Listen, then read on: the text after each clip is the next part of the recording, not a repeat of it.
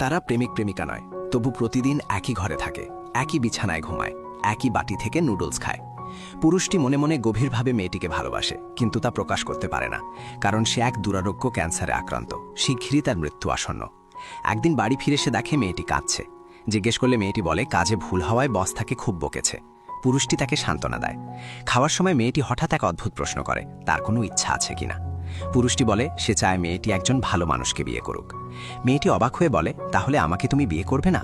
পুরুষটি উত্তর দেয়, আমি ভালো মানুষ নই। মেয়েটি জানে না যে পুরুষটি মৃত্যুর সঙ্গে লড়ছে। পরদিন মেয়েটি সত্যিই তার কথা অনুযায়ী হাসপাতালে এক দন্তচিকিৎসককে লক্ষ্য করে। সে ইচ্ছাকৃতভাবে দন্তচিকিৎসকের গ্লাসের পানি পান করে। তার মনে হয় এটি পরোক্ষ চুমু। এরপর সে নিয়মিত ডেন্টাল ক্লিনিকে যেতে থাকে, উপহার দেয়, কাছাকাছি থাকার চেষ্টা করে। একসময় সে সফলভাবে দন্তচিকিৎসককে ডিনারে আমন্ত্রণ জানায়। বাড়ি ফিরে মেয়েটি পুরুষটিকে জানায় যে সে একজন দন্তচিকিৎসকের প্রেমে পড়েছে। খবরটি শুনে পুরুষটি স্তব্ধ হয়ে যায়। নিজের কষ্ট চেপে রেখে মেয়েটির ভবিষ্যতের কথা ভেবে সে দন্তচিকিৎসকের খোঁজ নিতে শুরু করে। জানতে পারে তিনি সুদর্শন, ভদ্র, নামকরা দন্তচিকিৎসক এবং ধনী পরিবারের সন্তান। কিন্তু পরে সে জানতে পারে দন্তচিকিৎসকের ইতিমধ্যেই এক বাগদত্তা রয়েছে। মেয়েটির সুখের জন্য পুরুষটি সেই বাগদত্তার সঙ্গে দেখা করে সম্পর্ক ভাঙতে অনুরোধ করে। প্রথমে মহিলা তাকে ভুল বুঝে চড় মেরে চলে যায়, কিন্তু বারবার চেষ্টা করে যখন পুরুষটি নিজের রোগের কথা জানায়, তখন মহিলা তার আত্মত্যাগে মুগ্ধ হয়ে বাগদান ভেঙে দিতে রাজি হয়। এর মধ্যেই পুরুষটি কাজের সময় হঠাৎ অজ্ঞান হয়ে পড়ে। মেয়েটি হাসপাতালে ছুটে আসে। ডাক্তারের কাছে রোগ জানতে চাইলে ডাক্তার পুরুষটির অনুরোধে মিথ্যা বলে, শুধু ক্যালসিয়ামের ঘাটতি। মেয়েটি বিশ্বাস করে এবং আবার আগের মতো হাসি খুশি হয়ে যায়। কিন্তু পুরুষটি বুঝতে পারে এই ঘনিষ্ঠতা মেয়েটির ক্ষতি করবে। তাই সে নিজে মেয়েটিকে নিয়ে দন্তচিকিৎসকের সঙ্গে দেখা করায় এবং ইচ্ছাকৃতভাবে দুজনকে একা রেখে চলে যায়। বাইরে বেরিয়েই অসুস্থতায় প্রায় লুটিয়ে পড়ে, তবে সৌভাগ্যক্রমে মেয়েটি তা দেখে না। সময়ের সঙ্গে দন্তচিকিৎসক সত্যিই মেয়েটিকে ভালোবেসে ফেলে এবং তাকে বিয়ের সিদ্ধান্ত নেয়। বিয়ের পোশাক বাছাইয়ের দিন দন্তচিকিৎসক অনুরোধ করে পুরুষটিই যেন মেয়েটির সঙ্গে যায়। মেয়েটি তার বাছাই করা ওয়েডিং ড্রেস পরে জিজ্ঞেস করে, আমি কেমন লাগছি?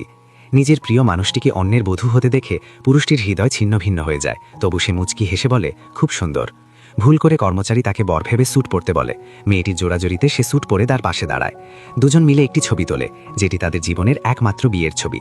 এরপর পুরুষটি একা ভিড়ভাট্টা রাস্তায় হারিয়ে যায়। দীর্ঘদিন ধরে জমে থাকা অনুভূতি অবশেষে আর ধরে রাখতে না পেরে সে হাউমাউ করে কেঁদে ওঠে। নিজের হাতেই সে তার সবচেয়ে প্রিয় মানুষটিকে অন্য কারো বিয়ের মঞ্চে তুলে দিয়েছে। এই অসহনীয় যন্ত্রণা হয়তো একমাত্র সেই বুঝতে পারে। যদি রোগটা না থাকতো, তবে মেয়েটির সঙ্গে তার জীবন কতটাই না সুখের হতে পারত। সে কামনা করে সবকিছু যদি কেবল একটা মিথ্যা স্বপ্ন হতো। নিজের মৃত্যুর পর যাতে মেয়েটির সন্দেহ না হয়, সে বলে যে বিদেশে পড়াশোনার জন্য চলে যাচ্ছে। আর যে মেয়েটি আগে তাদের ছবি তুলেছিল, তাকে অনুরোধ করে মেয়েটির প্রতিবার বিয়ের বার্ষিকীতে যেন একটি করে ফুল পাঠানো হয়। বিয়ের আগের রাতে সে মোবাইলে মেয়েটিকে নিজের ভালোবাসার কথা লিখতে চেয়েছিল। অনেকক্ষণ ভেবে শেষ পর্যন্ত সে বার্তাটি পাঠায় না। অগণিতবার কল্পনা করেছে মেয়েটির সঙ্গে একসাথে থাকার জীবন, কিন্তু ভাগ্যের নিয়ম বদলাতে পারেনি। তার মনে হয় ভবিষ্যতে মেয়েটিকে একা রেখে কষ্ট দেওয়ার চেয়ে এখনই তাকে ভুলে যেতে দেওয়াই ভালো। বিয়ের দিন সে ভাই পরিচয় মেয়েটিকে বিদায় দেয়। চোখ ভরা জল নিয়ে মেয়েটির হাত দন্তচিকিৎসকের হাতে তুলে দেয়। সে ঘুরে দাঁড়াতেই তার চোখে অশ্রু জমে ওঠে, আর তার জীবনের সময়ও প্রায় শেষ হয়ে আসে। ছেলেটির মৃত্যুর কয়েক বছর পর পর্যন্ত কেউ একজন প্রতি বছর বিয়ের বার্ষিকীতে মেয়েটির কাছে ফুল পাঠাতে থাকে, কিন্তু সেই ফুলগুলো গ্রহণ করার মতো কেউ আর থাকে না, কারণ তখন মেয়েটিও এই পৃথিবী ছেড়ে চলে গেছে। এরপর সময় ঘুরে যায় 3 বছর আগে। অতিরিক্ত রাত জাগার কারণে মেয়েটি দুর্বল হয়ে পড়েছিল। সে ভুল করে ছেলেটির সঙ্গে থাকা একটি এনার্জির ওষুধ খেয়ে ফেলে। কিছুক্ষণ পরই তার মাথা ঘুরতে থাকে এবং সে অজ্ঞান হয়ে যায়। হাসপাতালে জ্ঞান ফেরার পর ডাক্তার জানায় এটি আসলে মরণাপন্ন ক্যান্সার রোগীদের ব্যথানাশক ওষুধ। এই সত্য শুনে মেয়েটির পৃথিবী যেন ভেঙে পড়ে। সেদিন সে যে কাঁদছিল তা বসের বকুনির জন্য নয়, বরং সে জেনে গিয়েছিল ছেলেটির অসুখের কথা। সে বহুবার গোপনে হাসপাতালে গিয়ে তাকে দেখতে গেছে। একদিন ছেলেটি ও ডাক্তারের কথোপকথন শুনে সে ভেঙে পড়ে, কারণ মৃত্যুর তার প্রান্তেও ছেলেটি তার ভবিষ্যৎ, তার বিয়ের কথা ভেবে যাচ্ছে। সেই রাতেই সে জিজ্ঞেস করে, ভালো মানুষ কাকে বলে? ছেলেটি উত্তর দেয়, যে সুস্থ, দয়ালু এবং পরিবারকে যত্ন করতে জানে, সেই ভালো মানুষ। তার একমাত্র ইচ্ছা ছিল মেয়েটি যেন এমন কাউকে পায়, কিন্তু মেয়েটির মনে ছেলেটিই ছিল সেই সবচেয়ে পরিপূর্ণ মানুষ। তবু তার ইচ্ছার সম্মান রাখতে সে এমন একজন দন্তচিকিৎসককে বেছে নেয় যাকে সে ভালোবাসে না। সেই রাতে সে সারা রাত কেঁদে কাটায়। যেদিন ছেলেটি রাস্তায় পড়ে যায়, সেদিন সবকিছু সে নিজ চোখে দেখেছিল। সে আসলে ছেলেটির পেছনই ছিল।